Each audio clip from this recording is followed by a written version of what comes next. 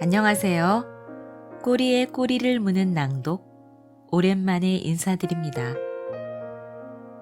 오미크론 자가격리 후 게으름이 다시 파고들고 확 찐자가 되어 우울해져서 손 놓고 몇 주가 그냥 흘러가 버렸어요. 갑자기 울진 삼척 일대 산불 뉴스를 접하며 천영미 장편 소설 조선의 등급은 정원사가 떠올라 정신 차리게 되었죠. 이번 산불은 유례없는 겨울 가뭄이 있다며 기후 위기 시대를 경고하고 있는데요.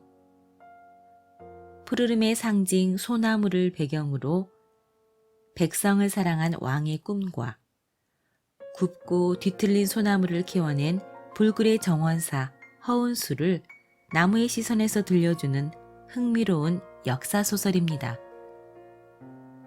장애를 가진 주인공과 천대받던 나무의 무한 교감과 감동을 그려내 한편의 역사 드라마를 긴장감 있게 보는 듯 했어요. 본문 속에는 제가 담고 싶은 삶을 대하는 태도와 심성이 많이 드러나는데 모두 낭독을 할 수 없어 아쉽기만 합니다. 잠깐 본문 속으로 들어가 볼까요? 굽은 소나무, 기근에 허덕이는 백성을 구하다.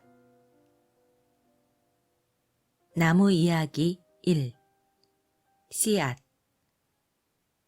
텅, 텅. 온 숲을 뒤흔드는 소리가 다시 들려온다. 어둡고 축축하다. 그리고 외롭다. 어이, 나무 넘어가네. 모두 비키게. 오늘 안에 모두 베려면 얼른 서둘러야 한다고. 세상 밖으로 싹을 틔우기도 전에 이미 익숙해진 벌목꾼들의 목소리다. 이번에 이들이 열을 올리는 일은 허욱의 기와집을 넓히는 공사다. 과거에 급제한 데다 혼인까지 앞둔 아들을 위해 한양 최고의 문벌이 후하게 인심을 쓴 모양이다. 저들은 이른 아침부터 몰려와 하루 종일 우리 몸에 도끼질을 해댄다. 숲 바깥에 거미줄처럼 길을 내고 모여 사는 저들은 늘 우리에게서 무언가를 앗아간다. 나무꾼들은 지게 한가득 가지를 부러뜨려 짊어지고 가고 신만이들은 값비싼 산삼을 캐겠다고 이리저리 나무 뿌리를 들쑤셔 놓는다. 불을 잘 붙여보겠다고 송진을 딱딱 긁어가고 몸에 좋은 약을 만들겠다고 송화가루를 탈탈 털어간다. 어둑해질 무렵 저들이 산을 내려갈 때야 비로소 우리는 상처 입은 몸을 겨우겨우 추스를 수 있다.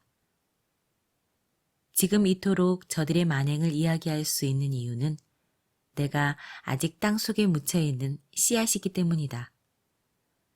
지금 내가 할 수 있는 유일한 일은 그저 기다림의 시간을 견뎌내는 것뿐이다.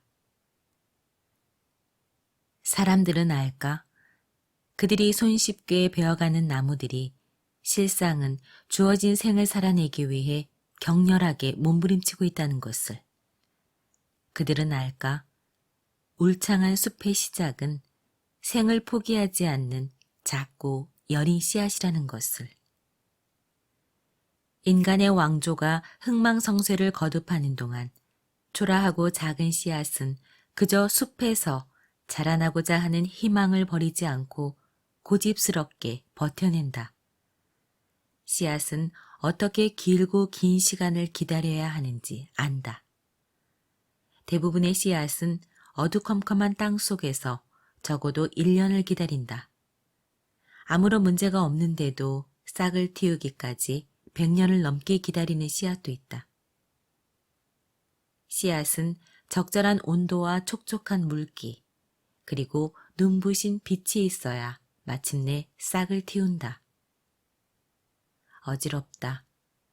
절벽 위 바위 틈새에 거꾸로 떨어져 박히는 바람에 온몸을 움직여 위치를 되돌려야 한다.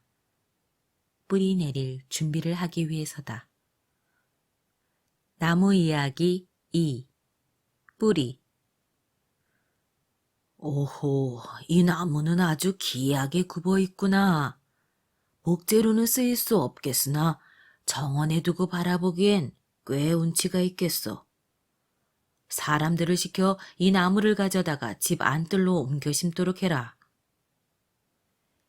지난번 아들 내외를 위해 집을 짓겠다고 나무를 모조리 베어갔던 허욱, 그자의 목소리다. 기가 막히기도 하지.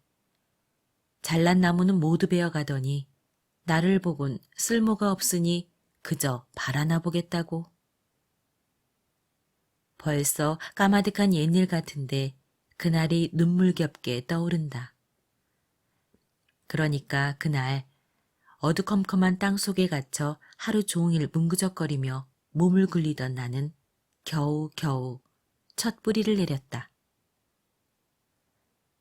첫 뿌리는 나무의 모든 생을 확정짓는다. 뿌리를 내린 순간부터 나무는 그 자리에 꼼짝없이 묶이게 된다. 일단 첫 뿌리를 뻗고 나면 나무는 더 좋은 환경으로 옮겨갈 희망을 포기해야 한다. 그뿐인가. 나는 첫 뿌리를 내리면서 씨앗 속에 들어있던 마지막 양분을 모두 써버렸다. 목숨을 내건 처절한 사투 끝에 어렵사리 뿌리를 내렸건만 나는 결국엔 아름답지 못한 모습으로 태어나 버렸다. 쭉 뻗어 올라가야 할 몸은 뱀처럼 구불구불 굽어 흉한 형상이다. 또래에 비해 터무니없이 작다. 그래서 나는 내 위에 있는 나무들보다 더 열심히 일해야 한다. 이제 이 숲을 떠나 작은 정원에 심어진다니 또 얼마나 아파야 될까. 은수의 보물. 부인, 그래서 내가 어여삐 여기는 보물을 드디어 찾은 거요. 소첩 어제 정원 한쪽 구석에 심어진 소나무 한 그루를 보았습니다. 어찌 그 소나무가 내 보물이라 생각했소? 아름답지 못한 모습일 텐데. 굽은 외형 안에 갇히지 않은 푸르름 때문입니다.